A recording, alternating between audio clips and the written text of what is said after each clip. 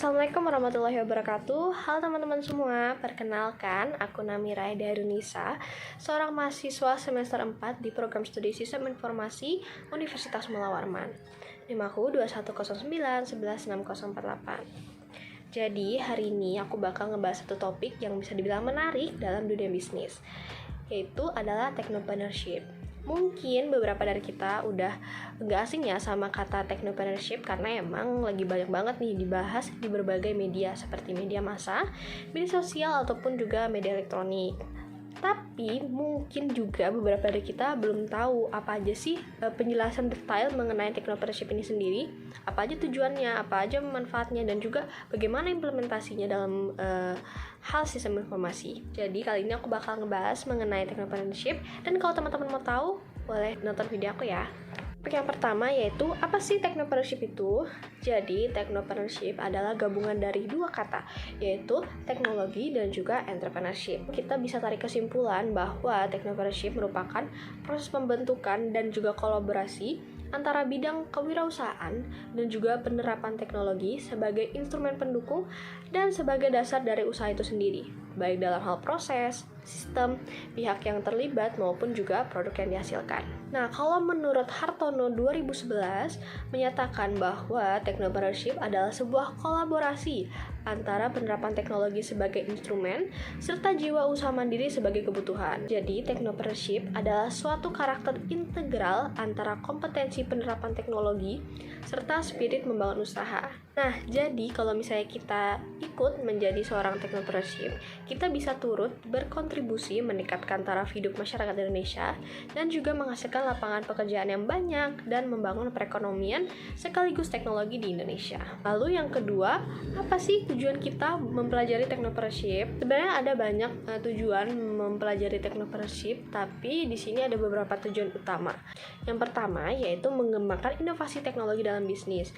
Jadi kita bisa menguasai teknologi yang relevan dan juga nerapin dalam pembuatan produk atau solusi yang unik. Yang kedua yaitu menguasai keterampilan wirausaha.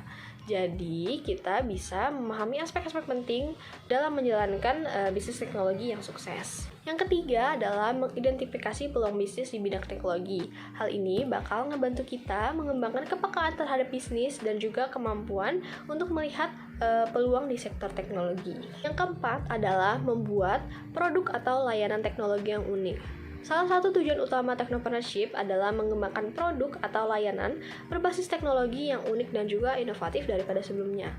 Hal ini bisa mempersiapkan kita dalam menciptakan produk teknologi yang memenuhi kebutuhan pasar. Yang kelima adalah membangun bisnis yang scalable dan juga berpotensi tumbuh. Technopreneurship ini bertujuan untuk mengembangkan bisnis yang dapat tumbuh dan berkembang dengan cepat. Jadi kita bakal ngepelajarin mengenai bagaimana strategi pertumbuhan bisnis, manajemen tim, dan juga pengelolaan sumber daya untuk memastikan bisnis teknologi kita bisa berkembang secara efisien dan juga berkelanjutan.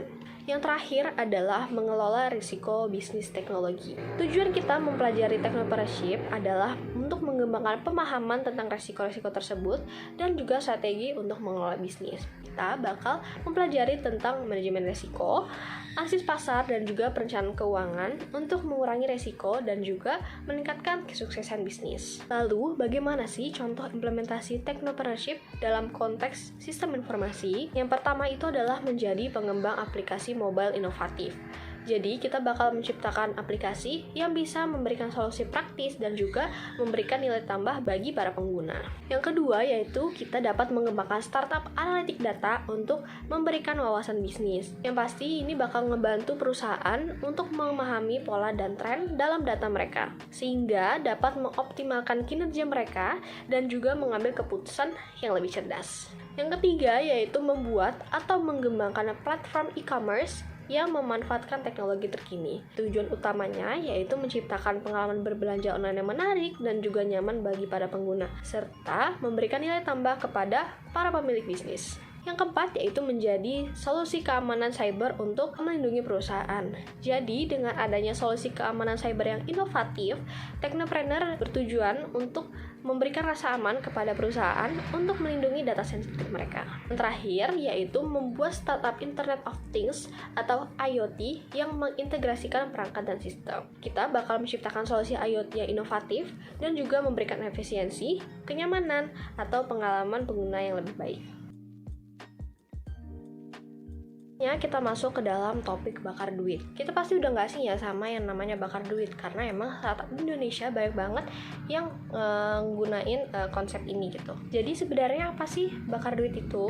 Jadi konsep bakar duit dalam dunia startup merujuk kepada penggunaan dana investasi yang besar dan juga cepat dalam upaya untuk mempercepat pertumbuhan dan ekspansi perusahaan startup. Nah, istilah ini tuh sering digunakan untuk menggambarkan praktek di mana startup menghabiskan dana yang signifikan untuk berbagai kegiatan, misalnya pengembangan produk, pemasaran, perekrutan, dan ekspansi pasar dengan tujuan mencapai pertumbuhan yang pesat dalam waktu singkat. Lalu, apa sih sebenarnya contoh nyata startup di Indonesia yang menggunakan konsep bakar duit ini? Yang pertama yaitu adalah Gojek. Pasti kita udah gak asing banget sama Gojek ya, karena itu udah menjadi bagian dari hidup kita sehari-hari gitu. Nah, si Gojek ini menggunakan pendanaan yang signifikan dari investor untuk mengembangkan dan memperluas layanan mereka secara agresif, baik di dalam negeri maupun luar negeri. Yang kedua yaitu Tokopedia. Jadi, Tokopedia telah menghabiskan dana yang besar untuk pengembangan infrastruktur teknologi mereka, mengembangkan jangkauan geografis, dan juga meningkatkan kehadiran mereka di pasar e-commerce Indonesia. Yang ketiga adalah Traveloka. Jadi, Traveloka ini udah melakukan investasi yang signifikan dalam pengembangan teknologi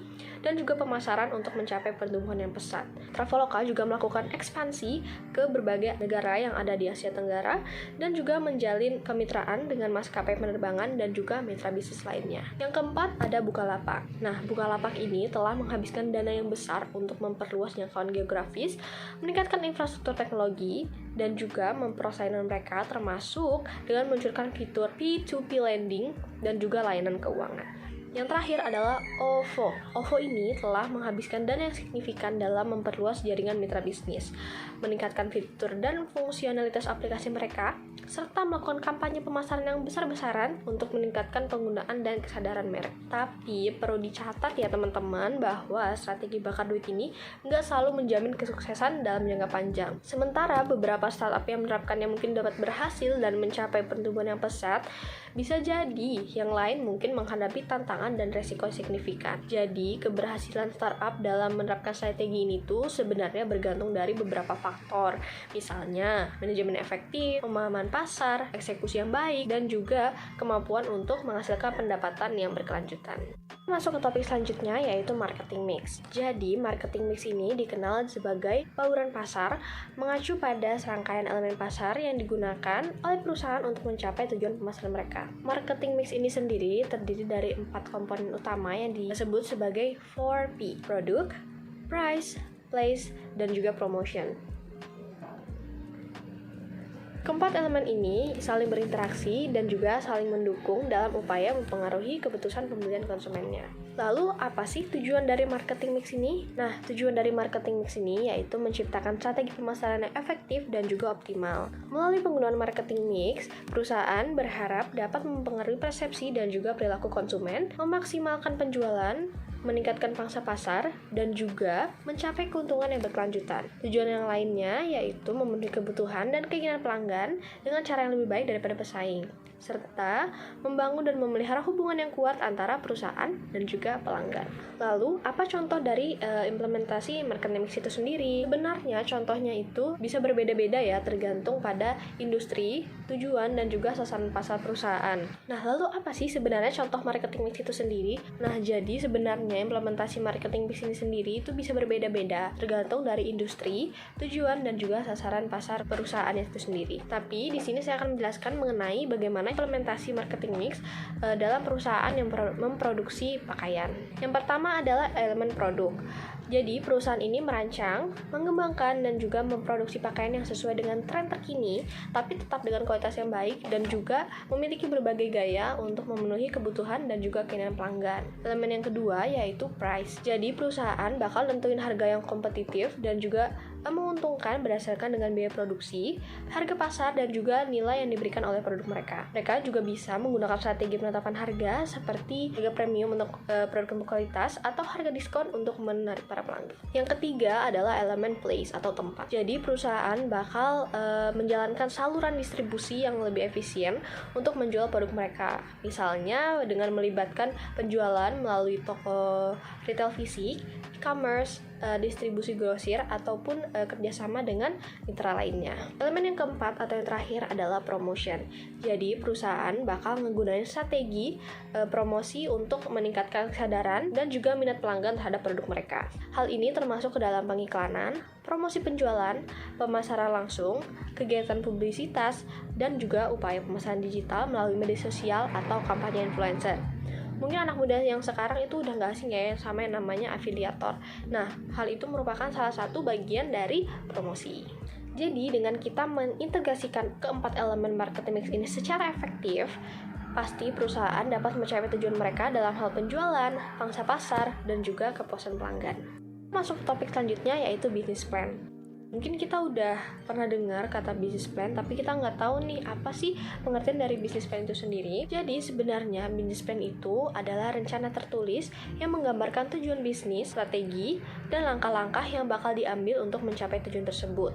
Business plan ini sendiri mencakup berbagai aspek bisnis, termasuk gambaran umum perusahaan, analisis pasar, strategi pemasaran, struktur organisasi, proyeksi keuangan, dan juga lain-lain. Nah, business plan ini digunakan sebagai panduan bagi perusahaan dalam mengelola dan mengembangkan bisnis mereka. Business plan sendiri memiliki 4 kerangka utama, yaitu yang pertama ada keuangan. Keuangan ini mencakup proyeksi keuangan perusahaan, termasuk ke dalam laba rugi, neraca, dan juga arus kas. Hal ini juga mencakup estimasi pendapatan, biaya, kebutuhan modal, serta strategi keuangan yang akan diadopsi. Kemudian, kerangka bisnis plan yang kedua yaitu konsep bisnis. Jadi, bagian ini menjelaskan bagaimana konsep bisnis perusahaan, termasuk tujuan bisnis, model bisnis, nilai yang ditawarkan kepada pelanggan, analisis pesaing, dan juga keunggulan kompetitif. Hal ini memberikan gambaran tentang bagaimana perusahaan akan mencapai keberhasilan di pasar.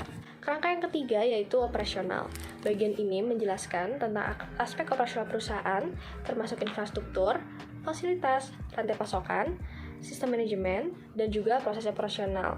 Hal ini juga mencakup bagaimana perencanaan sumber daya manusia dan juga pengaturan tim kerja yang efektif. Kerangka bisnis plan yang terakhir yaitu marketing. Bagian ini menjelaskan strategi pemasaran perusahaan, termasuk analisis pasar, segmentasi pasar, target pasar, strategi penjualan, dan juga rencana pemasaran. Hal ini juga mencakup mengenai upaya promosi, branding, dan juga strategi penetapan harga. Selanjutnya adalah manfaat dari business plan. Sebenarnya ada beberapa manfaat penting dari business plan yang kita harus ketahui, yaitu yang pertama adalah panduan dan fokus. Business plan ini memberikan panduan dan juga arahan jelas bagi perusahaan. Hal ini pasti ngebantu dalam menetapkan tujuan bisnis, mengidentifikasi strategi yang tepat, dan juga memprioritaskan tindakan yang perlu diambil. Hal ini membantu perusahaan tetap fokus dan juga menghindari penggunaan sumber daya yang tidak efisien. Yang kedua adalah mengumpulkan dana. Business plan merupakan alat yang penting dalam meyakinkan investor, bank, ataupun pihak lain untuk menyediakan pendanaan bagi perusahaan. Business plan yang baik dan terperinci membantu membangun kepercayaan dan juga menunjukkan potensi keuntungan. Selanjutnya adalah pengambilan keputusan yang informasional. Dengan business plan yang komprehensif, perusahaan dapat membuat keputusan yang lebih baik dan juga terinformasi. Analisis pasar, proyeksi keuangan, dan juga strategi yang terdokumentasi dengan baik membantu dalam mengidentifikasi peluang, menghadapi tantangan, dan juga merespons perubahan pasar. Selanjutnya adalah komunikasi internal dan eksternal. Business plan membantu dalam komunikasi dan juga koordinasi antara tim internal perusahaan. Dan hal ini juga menjadi alat yang berguna